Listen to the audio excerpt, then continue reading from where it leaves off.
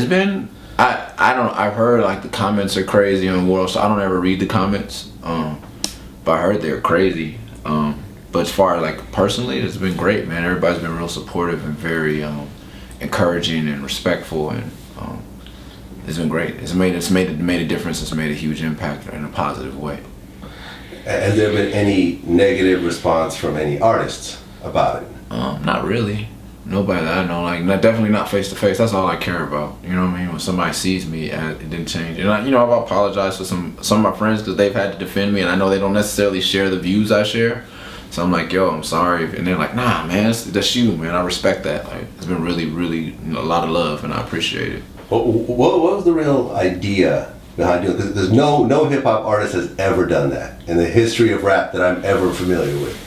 I think, the idea behind it was originally like I have friends and people close to me that haven't come out, and my friends that are out said that the way to you can't go, I know you're gay, man, just tell me it's okay. Like, you can't do that.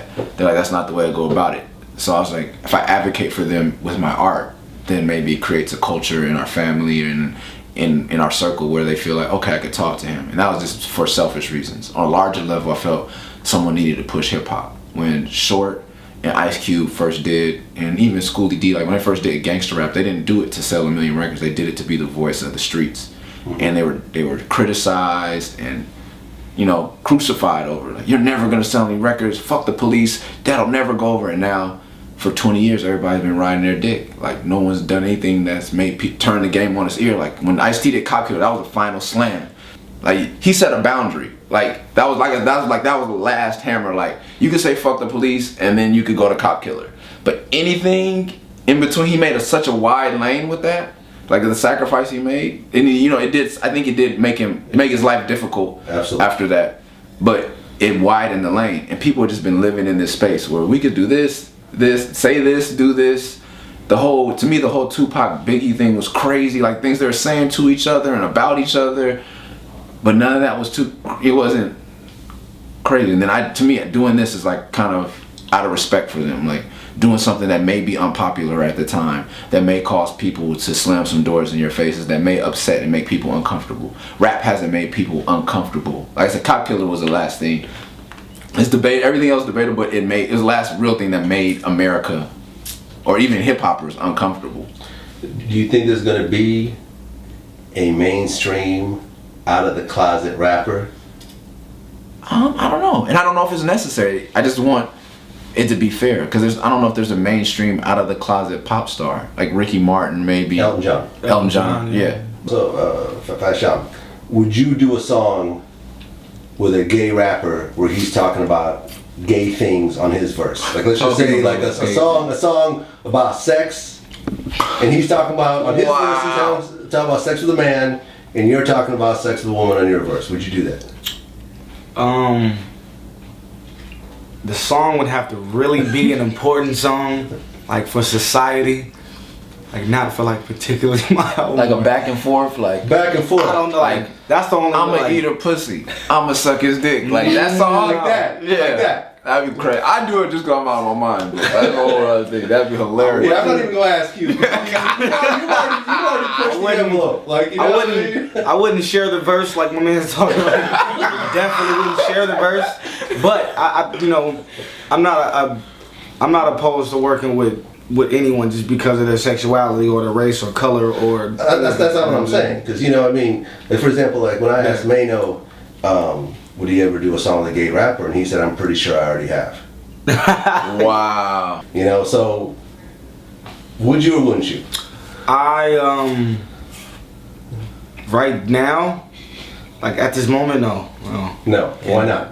Why? Because I don't know, man. Like, there's a lot more important shit to talk about other than sexuality. You know what I'm saying? Like, so you don't make any sex songs at all? Sex is a part of life. Right. Let's get that clear. You know what I'm saying? So I don't feel like I have to. My music has to be consumed by that alone. So if I make a song with a gay artist, it doesn't have to be about sexuality. It could be about wordplay. It could be about anything. I understand that. You don't have to do that. Right. But that song that you're talking about specifically, no, you would not do that song. Because I have the choice to, and we don't have to make records like that. And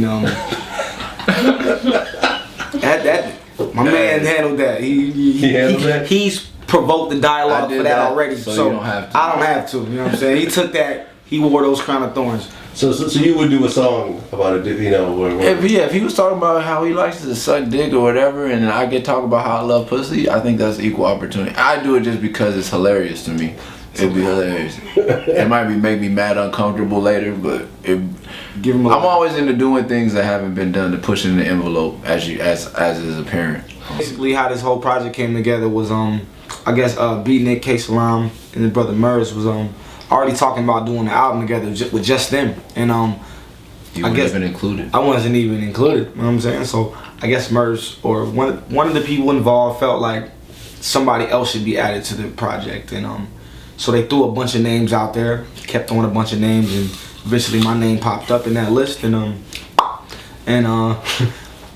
Murs was like, yo, that might be a good idea. And eventually he reached out, and or actually I think my manager reached out to his team or to him just to, you know, holler about some regular stuff, because we respect Murs about his businessman, his MC, like everything. So we reached out, and coincidentally it was at the same time where yeah, you was looking for me, I was looking for you. Yeah, he was looking for me, I was looking for him. Flashlight. And yeah, the rest is history, man.